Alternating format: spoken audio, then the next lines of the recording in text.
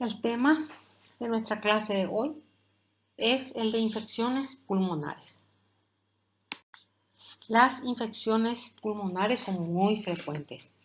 Son más frecuentes que la de cualquier otro órgano. En su gran mayoría están causadas por virus y las bacterianas también son frecuentes. Las infecciones pulmonares pueden aparecer siempre que los mecanismos de defensa del individuo estén alterados o disminuya la resistencia general de ese huésped. Por ejemplo, vamos a ver algunas razones. Pérdida o supresión del reflejo de la tos, por ejemplo, que se ve en pacientes que están anestesiados, en pacientes que están en coma y inducidos por algún fármaco. Después está la lesión del aparato mucociliar. La lesión del aparato mucociliar puede ser de origen congénito o a causa del humo del cigarrillo o inhalación de gases o a causa de enfermedades virósicas. Después, otra causa, la interferencia con la acción fagocítica o bactericida de los macrófagos que están en el alveolo. ¿Cuándo hay interferencia? Por ejemplo, el alcohol, el humo del tabaco, la anoxia, intoxicación por oxígeno. Después, cuando el paciente tiene congestión y edema del pulmón. Y además, cuando hay acúmulo de secreciones en procesos como la fibrosis quística y la obstrucción bronquial. Todos estos mecanismos van a favorecer la aparición de una infección pulmonar. La neumonía puede aparecer en algunos contextos clínicos distintos y los gérmenes patógenos que están implicados en ellos suelen ser bastante específicos para cada categoría. Fijémonos en este cuadro que tenemos. Fíjense que tenemos neumonía aguda extrahospitalaria, atípica extrahospitalaria, neumonía hospitalaria, neumonía por aspiración, neumonías crónicas que ya estuvimos dando, como tuberculosis, etc. Neumonía necrosante y absceso pulmonar y neumonía del anfitrión inmunodeprimido. Se dan cuenta que son contextos clínicos diferentes y en cada uno de ellos estamos viendo cuáles son los gérmenes más frecuentemente implicados. Algunos de ellos vamos a ir viendo, solo algunos de ellos, los más importantes. Como concepto general, antes de entrar en los temas más específicos, cuando al pulmón llega un agente infeccioso, por ejemplo, viral, se produce una infección del neumonocito tipo 1, hay una injuria alveolar y generalmente observamos una lesión intersticial, lo que se llama neumonitis intersticial. En cambio, si lo que entra, lo que se aspira es una bacteria piógena, vamos a tener un resultado de reacción inflamatoria aguda.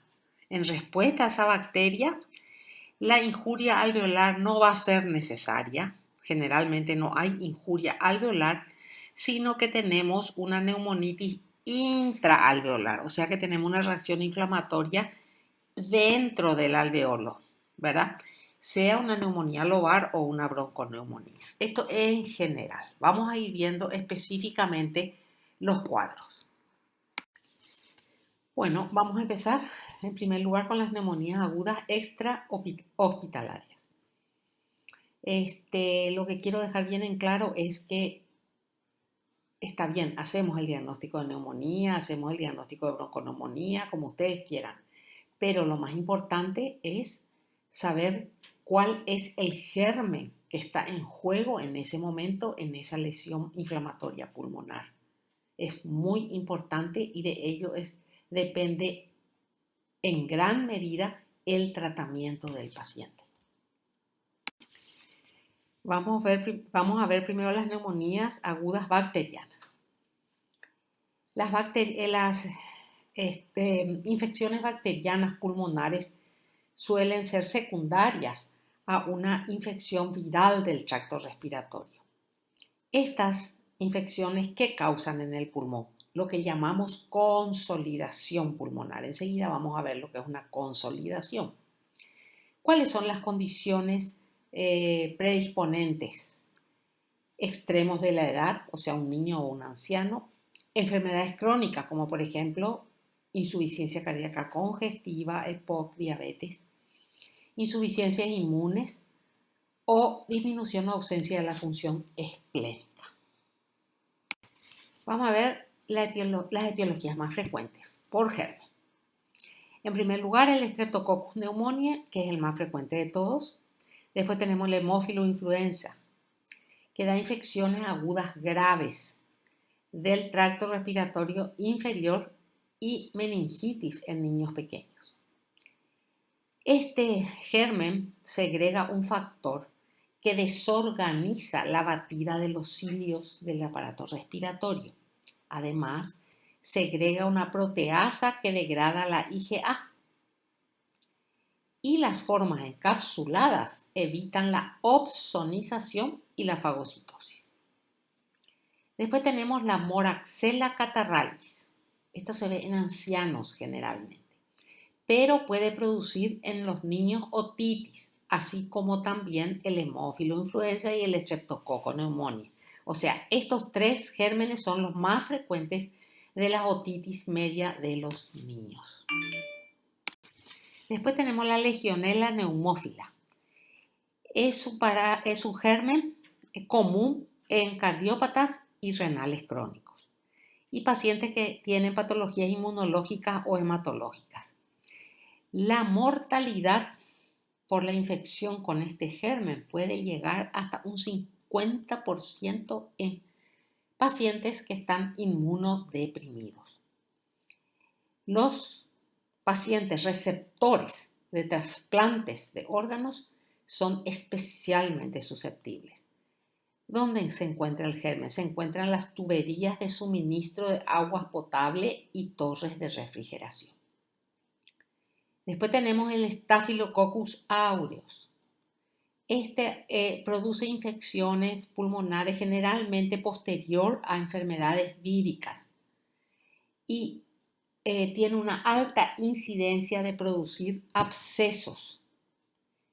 Y los pacientes adictos a las drogas intravenosas tienen un especial riesgo de infección por este germen.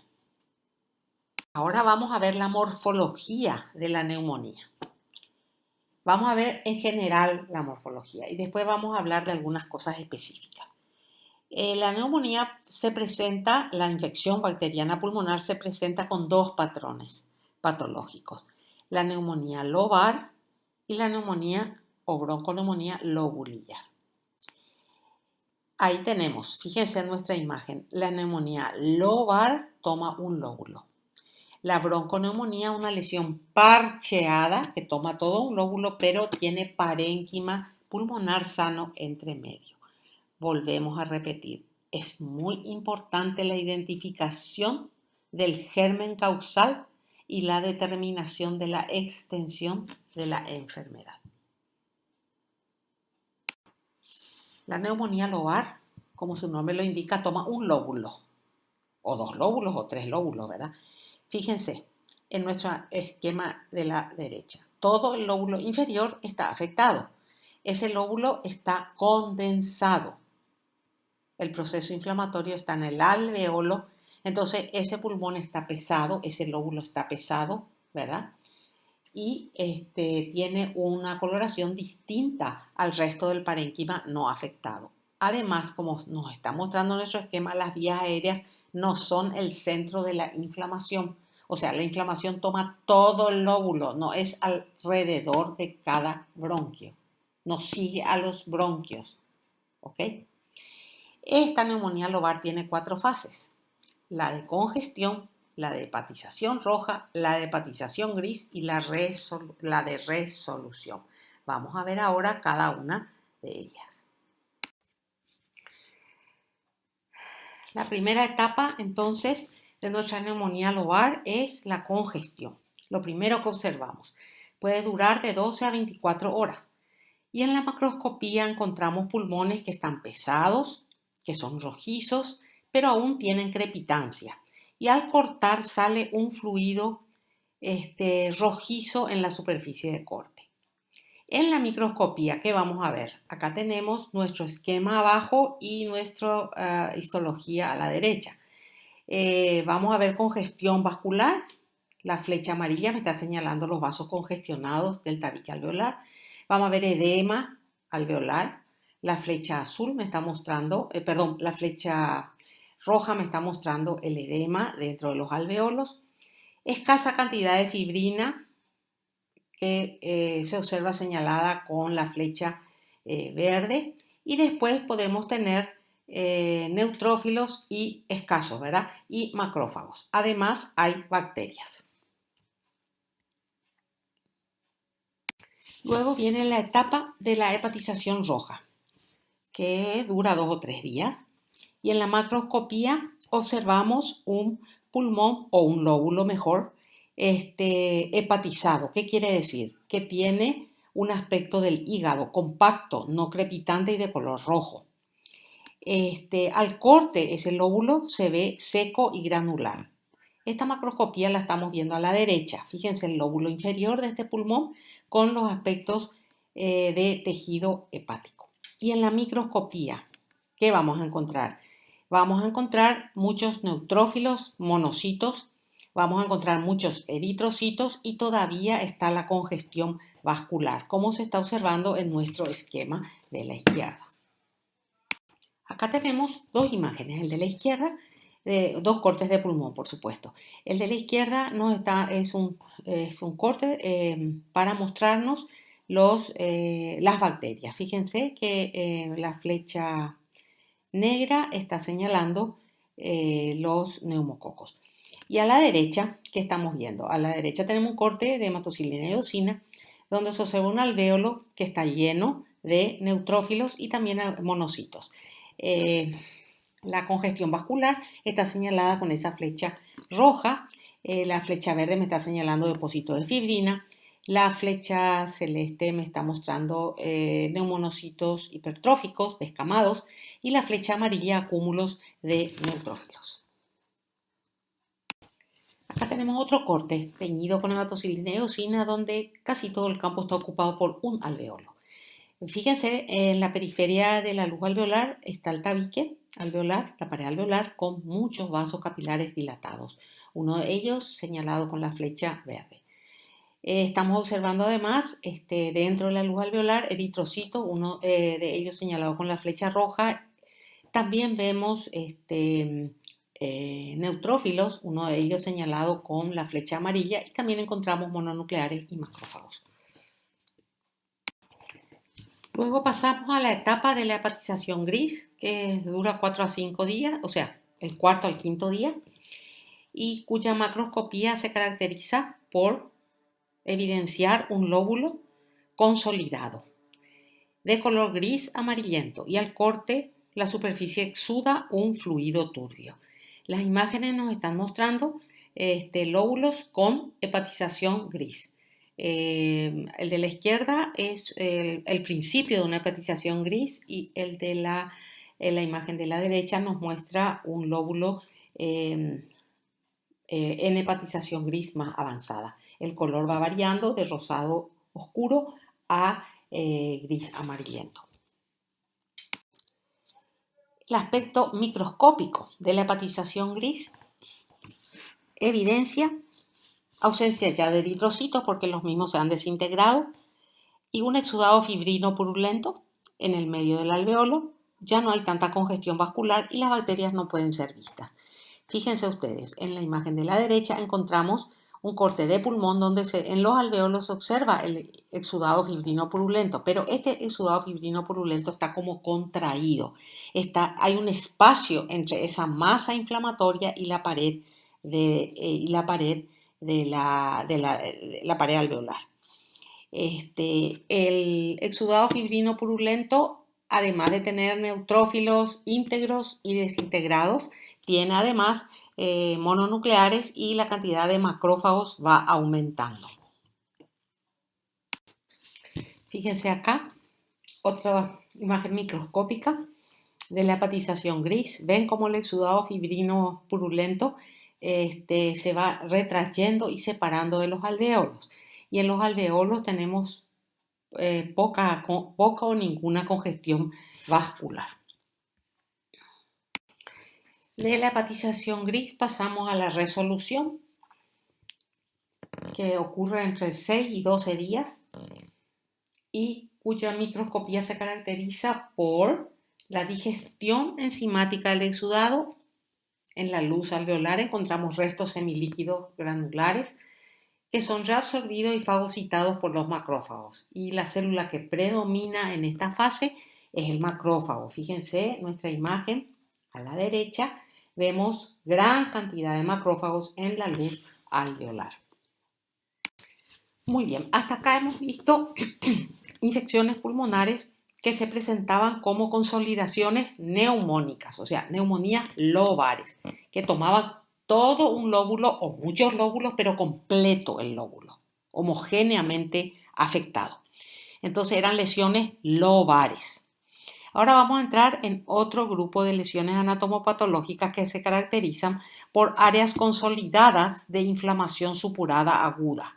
Y esta es la bronconeumonía. La bronconeumonía se presenta macroscópicamente como focos de consolidación, pero que no toman todo el lóbulo homogéneamente. Es una consolidación parcheada.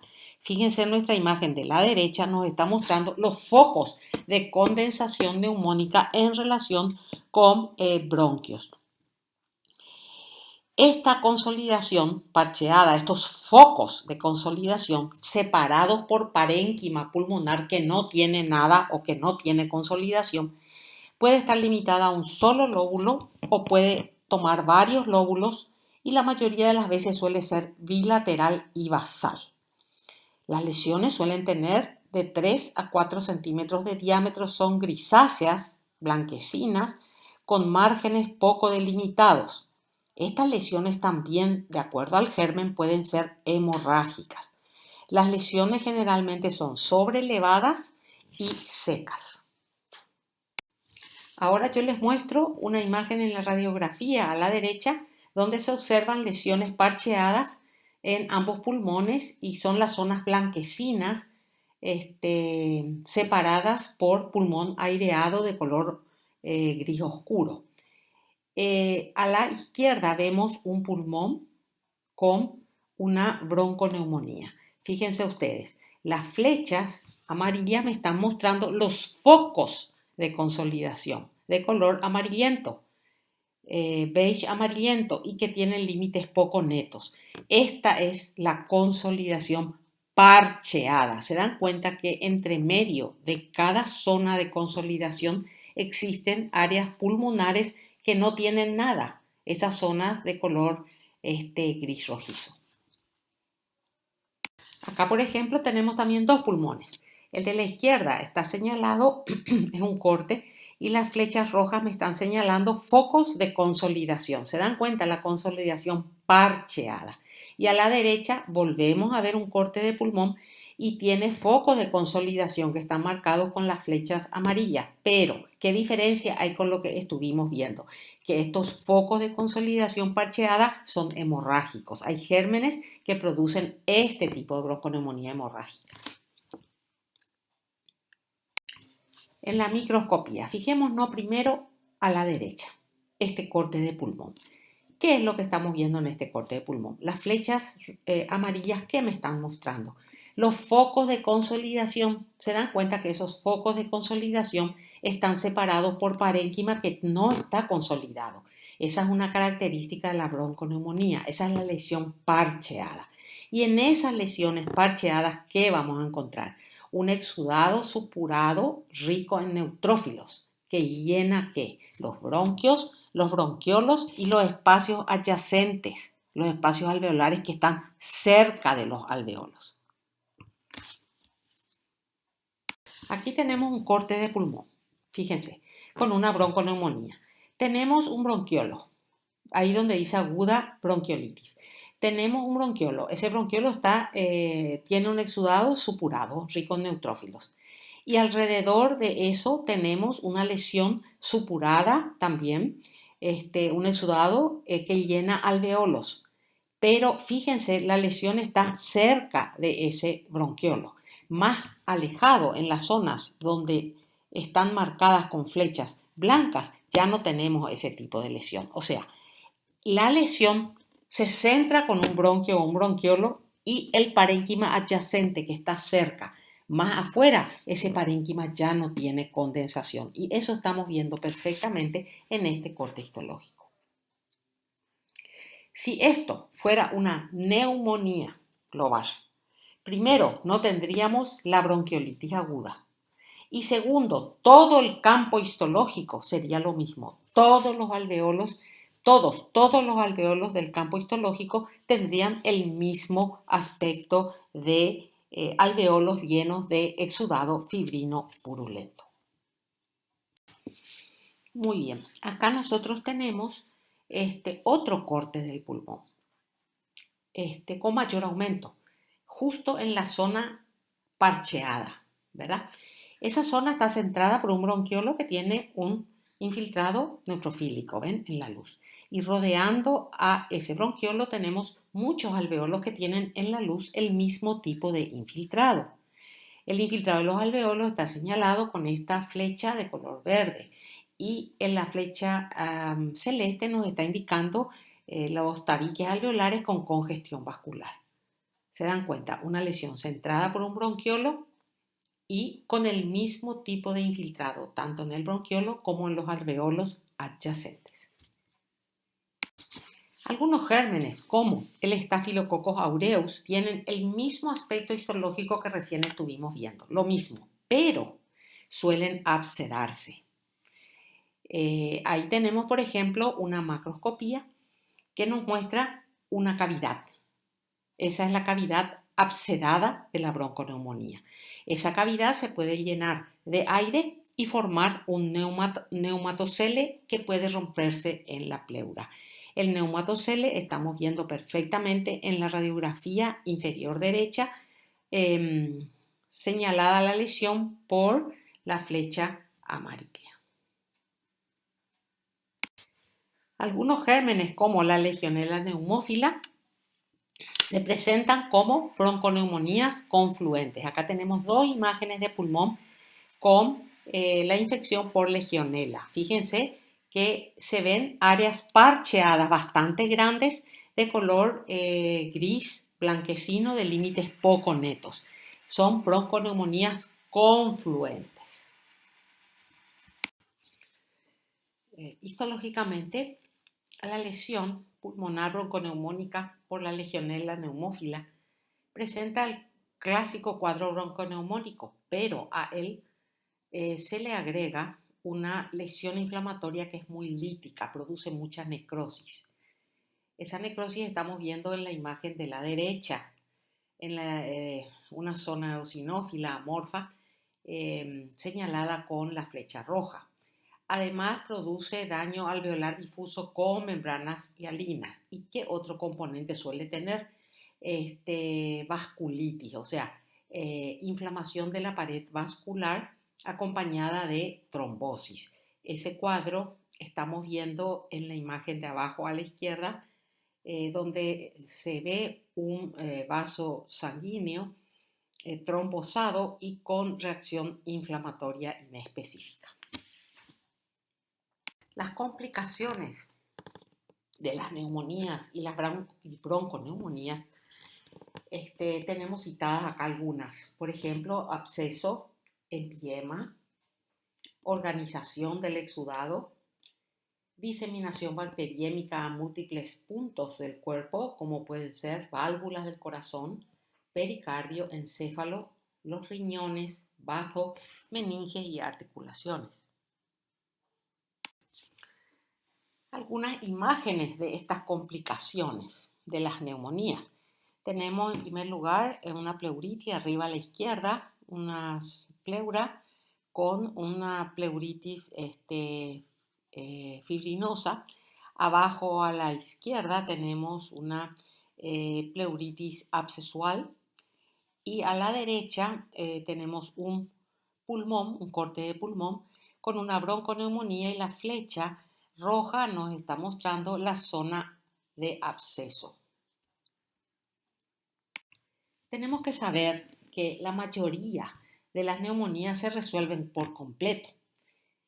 Las estructuras pulmonares vuelven a lo normal, sobre todo en las neumonías lobares. Pero a veces puede ocurrir lo que llamamos organización. ¿Cuándo ocurre la organización? Cuando hay una estimulación excesiva de los fibroblastos por la respuesta inflamatoria.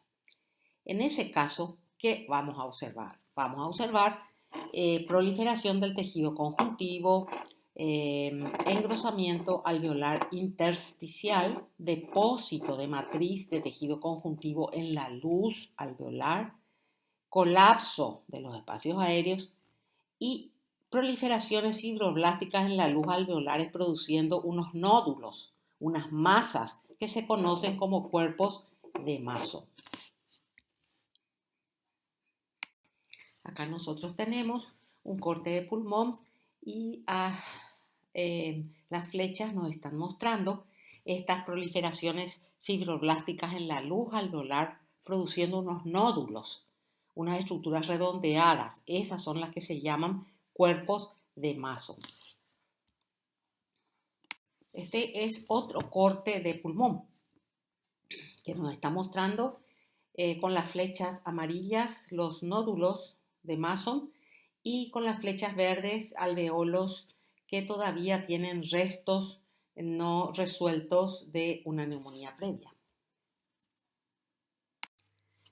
Ahora vamos a otro grupo de neumonías, las neumonías nosocomiales. Las neumonías nosocomiales son las neumonías de los pacientes que están hospitalizados y la gran mayoría se produce por gérmenes gram negativos, como por ejemplo los bacilos entéricos gram negativo y las especies de pseudomonas. La colonización de la orofaringe en los pacientes hospitalizados que presentan afecciones moderadas a graves cambia de gram positivo a gram negativo. ¿Por qué? Porque el contenido de fibronectina de las células epiteliales bucales de estos pacientes se haya disminuido, lo cual hace que haya un aumento de adherencias de bacterias gram negativas. Un ejemplo, la Klebsiella pneumoniae. Es la causa más frecuente de neumonía por bacterias gram negativo. Se observa en pacientes que están debilitados, desnutridos, alcohólicos, y ellos presentan un esputo espeso y gelatinoso por la abundante producción de polisacárido capsular, que puede ser a veces bastante difícil de ser expulsados por medio de la tos. Estas son cepas hospitalarias resistentes a múltiples antibióticos. ¿Cómo se presenta la infección pulmonar por Klebsiella pneumoniae? Se presenta como una neumonía lobar. Fíjense ustedes. A la derecha tenemos un lóbulo inferior señalado con la flecha amarilla con una consolidación neumónica del lóbulo, ¿verdad? Y a la izquierda se ve esa consolidación en la radiografía. O sea, los pacientes desarrollan neumonías lobares con pulmones pesados y al corte de una superficie de aspecto mucoide. Hay tendencia en estas lesiones a la formación de abscesos y a la formación de fístulas broncopleurales. Fíjense ustedes, esta es una neumonía lobar, pero es muy diferente tener una neumonía lobar por neumococo que una neumonía lobar por Klebsiella pneumoniae. Por eso les decía al principio de la clase cuán importante es el agente etiológico en estas infecciones pulmonares para un correcto tratamiento y curación de los pacientes. Otro germen gram negativo es la Pseudomonas aeruginosa, que tiene exoenzimas muy poderosas que producen destrucción tisular acompañadas de bacteriemia comúnmente. Se observan pacientes que están inmunodeprimidos, que tienen enfermedad fibroquística, que son neutropénicos. Los mecanismos patogénicos de la infección son la aspiración de contenidos de la orofaringe, la diseminación vascular al pulmón de un foco de infección distante o la intubación. Son 3 mecanismos de la llegada del germen al pulmón. Los pulmones afectados por Pseudomonas aeruginosa se presentan como lesión típicas bronconeumonías. Nosotros estamos viendo señalados por las flechas amarillas pequeñas zonas confluentes bronconeumónicas de color gris amarillento. Además, estas zonas pueden tener hemorragia o pueden evolucionar hacia absceso. Aparte de eso, podemos observar trombosis y vasculitis. Estamos viendo una trombosis de un vaso señalada con la flecha verde. Y en relación a la trombosis de ese vaso, vemos un área de infarto, la zona marrón rojiza oscura señalada con la flecha roja. O sea, en resumen, ¿qué produce en el pulmón la Pseudomonas aeruginosa? Bronconeumonías comunes o hemorrágicas, absceso como complicación de la bronconeumonía, trombosis y vasculitis e infartos sépticos. Muy bien, pasemos ahora a las neumonías atípicas adquiridas, pero fuera del hospital. O sea, el grupo de neumonías atípicas adquiridas extrahospitalarias. Estas neumonías son producidas principalmente por Mycoplasma pneumoniae, virus influenza de tipo A y B, virus sincicial respiratorio, adenovirus, rinovirus, virus de la rubeola y varicela.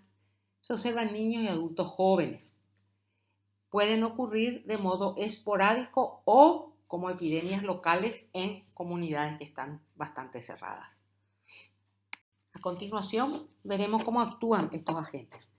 Estos agentes infecciosos se meten por inhalación y llegan hasta el alveolo, ¿verdad? Donde invaden los neumonocitos de tipo 1 y también los neumonocitos de tipo 2. Veamos la siguiente imagen. En este segundo esquema que estamos viendo, ya llegaron los agentes infecciosos al alveolo y afectan a los neumocitos tipo 2 y 1. Los neumocitos tipo 1 tienen necrosis, se desprenden y van a ser los responsables de la formación de las membranas hialinas. ¿Qué más ocurre? Los neumocitos tipo 2 afectados sufren una hiperplasia. O sea, hay una hiperplasia en los neumocitos tipo 2. ¿Qué más tenemos? Hiperplasia entonces de los neumocitos tipo 2, formación de membrana hialina, reacción inflamatoria intersticial, lo que llamamos neumonitis intersticial. O sea, en el intersticio del pulmón, en el espesor de los alveolos, tenemos un infiltrado linfomonocitario. Además, vemos congestión vascular con capilares dilatados, edema, y estos casos en su mayoría van a ir a la resolución, pero si no hay resolución, pueden ir a la fibrosis intersticial, que es una evolución poco frecuente. ¿Cómo observamos estas lesiones intersticiales neumoníticas? Como lesiones parcheadas que afectan una parte o lóbulos completos, en general lóbulos completos. Pueden ser bilaterales o pueden ser unilaterales y las zonas afectadas tienen un color azul rojizo, congestionadas y subcrepitantes. Rara vez solemos observar afectación pleural. Veamos un ejemplo de lo que estuvimos describiendo, el virus sincitial respiratorio. Esta es la causa más frecuente de bronquiolitis y neumonía intersticial en infantes de menos de 1 año.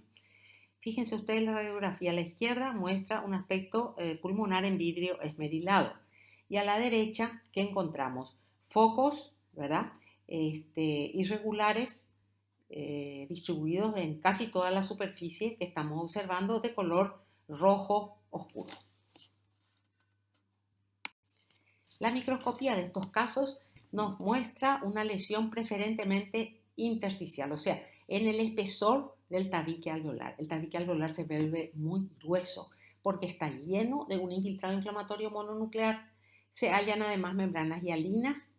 En algunos casos podemos tener un exudado proteináceo en la luz alveolar y estas lesiones se pueden complicar con infecciones bacterianas secundarias que llevan a la bronquitis y bronquiolitis ulcerativas y a cambios de tipo neumónico. A la derecha nosotros tenemos un corte de pulmón donde las flechas amarillas nos están señalando unos tabiques enormemente gruesos. ¿Y qué hay dentro de esos tabiques? Un infiltrado inflamatorio mononuclear. Esto es muy característico de las lesiones virales pulmonares. La misma cosa, fíjense a la izquierda. A la izquierda estamos viendo, ven que el alveolo tiene algunas células inflamatorias, pero en realidad la lesión es más bien en el tabique. ¿Qué nos muestra esta imagen? Con la flecha verde estamos viendo las membranas hialinas y con la flecha azul estamos viendo la marcada congestión vascular. A la derecha se ve muy bien la lesión intersticial. Las flechas de color amarillo nos están enseñando tabiques llenos de infiltrado inflamatorio mononuclear. Se halla además marcada congestión vascular. Y fíjense que la luz de los alveolos tiene poco o ningún infiltrado inflamatorio. Ahora vamos a ver el último grupo de neumonías para nuestra clase de hoy, que es la neumonía que se observa en el huésped inmunocomprometido. Suele deberse a citomegalovirus, neumocitis carini, no se llama más carini, hoy en día se llama neumocitis girovensi, y puede ser producido además por otros agentes etiológicos que ya estuvimos viendo en infecciones granulomatosas como el Aspergillus, el Mycobacterium avis, etcétera, etcétera.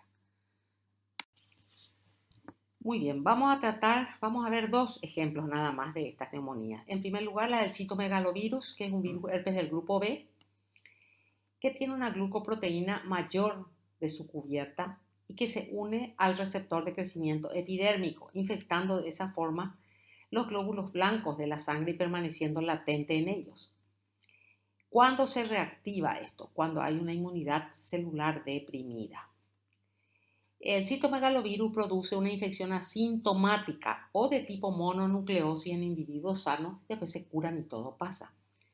Pero, produce infecciones sistémicas devastadoras en recién nacidos y en pacientes inmunosuprimidos. La transmisión del citomegalovirus puede ocurrir por varios mecanismos. Acá cito algunos. Por vía transplacentaria, a través de secreciones vaginales o cervicales durante el nacimiento, a través de la leche materna, a través de la saliva en los años preescolares, principalmente en las guarderías, y por las secreciones respiratorias y vía fecal oral. ¿Qué aspecto macroscópico tienen los pulmones afectados por el citomegalovirus?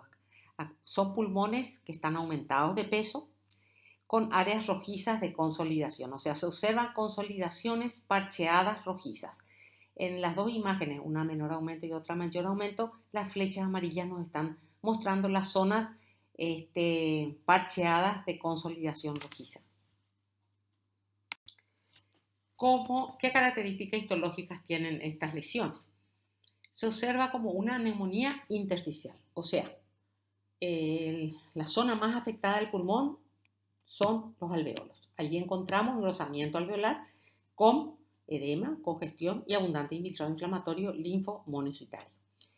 Se observan células epiteliales que tienen unas inclusiones que son muy características de esta enfermedad. Por ejemplo, fíjense en la imagen abajo a la izquierda.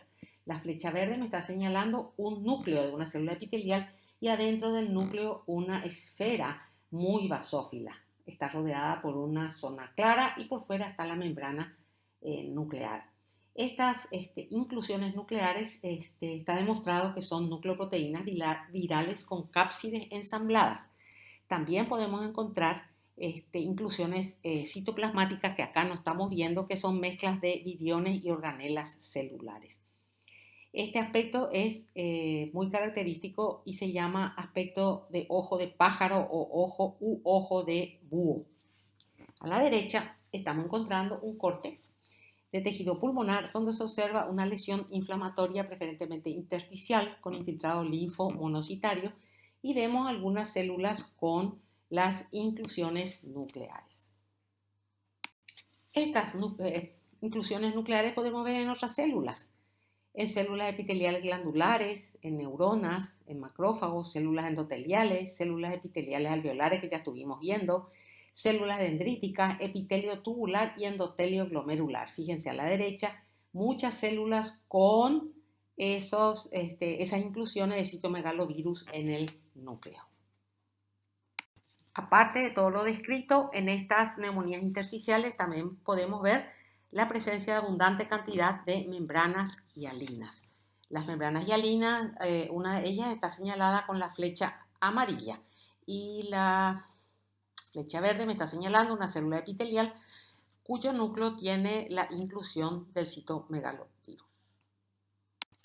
Y para terminar nuestra clase vamos a dedicarle algunas palabritas al Pneumocystis carini, que es un hongo extracelular y que afecta a pacientes que están dentro de grupos de riesgo. ¿Cuáles son esos? Los prematuros, los infantes debilitados, los inmunodeprimidos. Y muy importante es que no se olviden, es la principal causa de mortalidad en los enfermos que tienen SIDA. A la derecha se observa el parásito. El parásito se presenta como quistes de 3,5 a 5 micras de diámetro, biotrilaminares que se tiñen con la coloración de Paz o Gomori. Los quistes suelen tener 4 a 8 trofozoitos cuyos núcleos de 1 a 2 micras se tiñen con hematocilina y eosina. Los quistes a veces pueden estar vacíos. Este es un parásito que tiene un gran trofismo por el pulmón, le fascina el pulmón. Macroscópicamente, ¿cómo se presenta? Se presenta como una consolidación pulmonar difusa, generalmente de tipo bronconeumónico, de color gris amarillento. Fíjense las consolidaciones irregulares que están siendo señaladas con las flechas de color amarillo. Y la microscopía tiene un carácter bastante específico. Se observa un infiltrado inflamatorio intersticial, ¿verdad?, que ataca los tabiques, con abundante cantidad de plasmocitos sobre todo, pero también linfocitos y macrófagos. En los conductos alveolares y en los alveolos, ¿qué encontramos? Unas masas jabonosas eosinófilas con quistes de neumocistis. Los trofozoitos tienden a tapizar el alveolo, produciendo bloqueo del intercambio gaseoso. A la derecha estamos viendo, señalado por la flecha verde, la masa eosinofílica de quistes de neumocistis. Acá tenemos listos ejemplos donde se observan, fíjense a la derecha, arriba a la derecha, las flechas nos están mostrando los quistes con los trofozoitos adentro, que es ese puntito de color basófilo. Ven las masas algodonosas de quistes con trofozoitos adentro. Eso es muy característico y se observa en la luz alveolar. Aparte de eso tenemos una neumonía intersticial. Se ve arriba a la izquierda con los septos que están engrosados, espesados, porque tienen muchas células inflamatorias crónicas como linfocitos, plasmocitos y macrófagos. Abajo, fíjense, a la izquierda, todo es esa flecha me está mostrando un tabique alveolar. Fíjense qué grueso está ese tabique alveolar, lleno de células inflamatorias y además una importante congestión vascular. Y a mayor aumento abajo a la derecha. El infiltrado inflamatorio, vuelvo a repetir, está constituido preferentemente por plasmocitos y también linfocitos y macrófagos. Para terminar, ¿qué más vamos a encontrar en estos pulmones? Podemos encontrar membranas hialinas, proliferación reactiva de células epiteliales y en la luz alveolar, acuérdense, no suele encontrarse mucho infiltrado. Puede haber, pero nunca en gran cantidad. ¿Qué estamos observando en la imagen de abajo? Estamos observando, se ven las flechas amarillas que me están indicando la proliferación reactiva de células epiteliales y que vemos en la luz de los alveolos las masas jabonosas de los quistes del neumocistis. Con esto terminamos nuestra clase. Espero que les haya sido de utilidad. Que tengan buen día.